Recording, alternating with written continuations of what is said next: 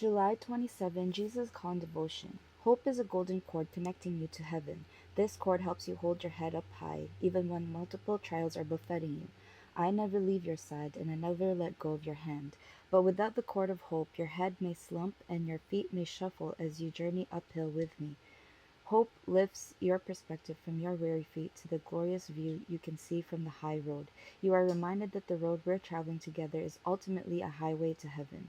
When you consider this radiant destination, the roughness or smoothness of the road ahead becomes much less significant. I am training you to hold in your heart a dual focus, my continual presence and the hope of heaven. Bible reference is taken from Romans chapter 12, verse 12, which says, rejoicing in hope, patient in tribulation, continuing steadfastly in prayer, as well as First Thessalonians chapter 5, verse 8. But let us who are of the day be sober, putting on the breastplate of faith and love, and as a helmet the hope of salvation. Amen. And last but not least, Hebrews 6, verses 18 and 19. That by two immutable things in which it is impossible for God to lie, we might have strong consolation who have fled for refuge to lay hold of the hope not before us. This hope we have as an anchor of the soul, both sure and steadfast, and which enters the presence behind the veil.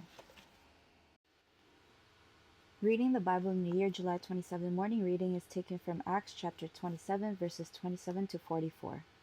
Now when the 14th night had come, as we were driven up and down in the Adriatic Sea, about midnight the sailors sensed that they were drawing near some land, and they took soundings and found it to be 20 fathoms. And when they had gone a little farther, they took soundings again and found it to be 15 fathoms. Then, fearing lest we should run aground on the rocks, they dropped 4 anchors from the stern and prayed for day to come.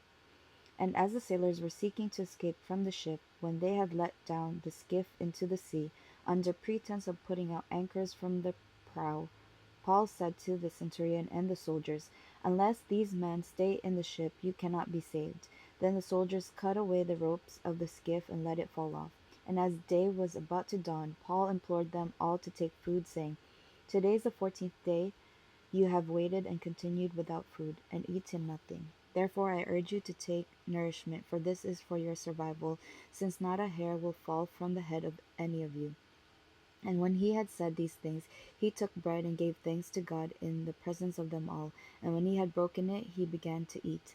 Then they were all encouraged, and also took food themselves, and in all we were 276 persons on the ship. So when they had eaten enough, they lightened the ship and threw out the wheat into the sea. When it was day, they did not recognize the land, but they observed a bay with a beach, onto which they planned to run the ship if possible. And they let go the anchors and left them in the sea, meanwhile loosing the rudder ropes, and they hoisted the mainsail to the wind and made for shore. But striking a place where 2 seas met, they ran the ship aground, and the prow stuck fast and remained immovable, but the stern was being broken up by the violence of the waves. And the soldiers' plan was to kill the prisoners, lest any of them should swim away and escape. But the centurion, wanting to save Paul, kept them from their purpose, and commanded that those who could swim should jump overboard first and get to land, and the rest some on boards and some on parts of the ship. And so it was that they all escaped soundly to land. Reading the Bible in the year July 27, evening reading is taken from Psalm 43, 44, and 45. Vindicate me, O God, and plead my cause against an ungodly nation. O deliver me from the deceitful and unjust man, for you are the God of my strength. Why do you cast me off? Why do I go mourning because of the oppression of the enemy?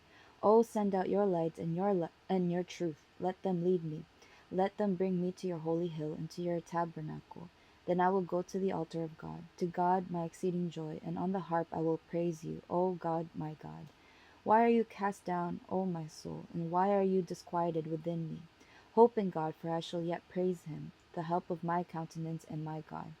Chapter 44. To the chief musician, a contemplation of the sons of Korah. We have heard with our ears, O God. Our fathers have told us the deeds you did in their days, in days of old. You drove out the nations with your hand, but them you planted. You afflicted the peoples and cast them out.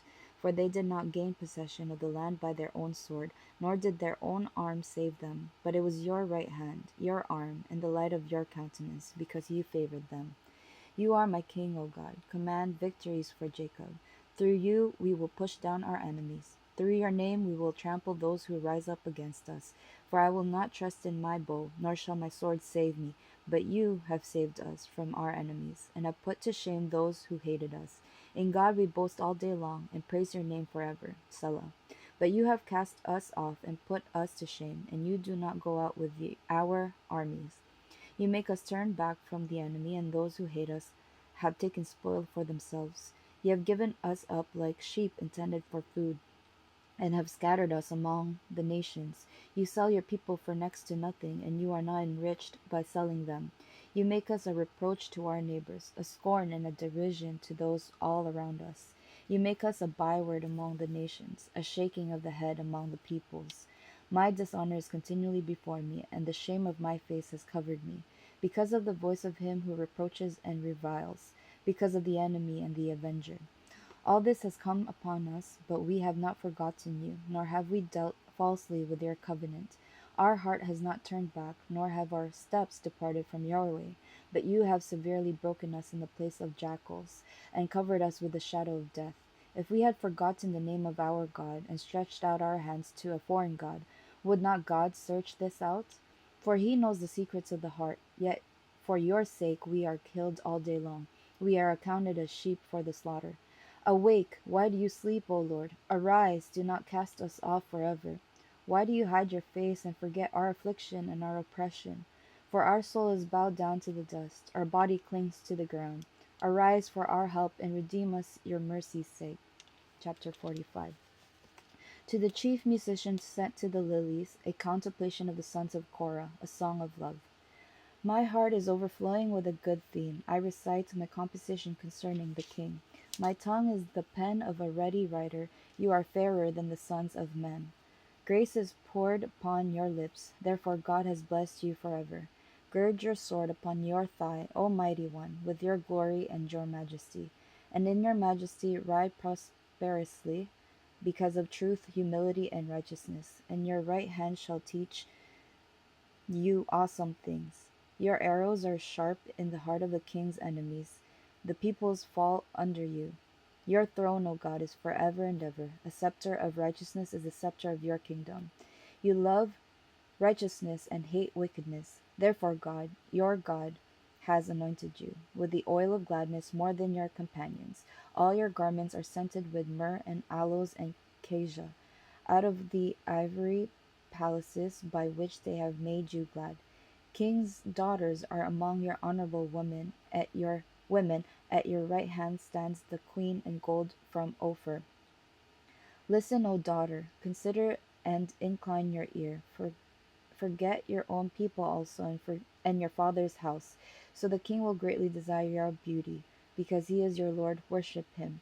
And the daughter of Tyre will come with a gift. The rich among the people will seek your favor. The royal daughter is all glorious within the palace. Her clothing is woven with gold. She shall be brought to the king in robes of many colors. The virgins, her companions who follow her, shall be brought to you. With gladness and rejoicing they shall be brought. They shall enter the king's palace. Instead of your fathers shall be your sons, whom you shall make princes in all the earth.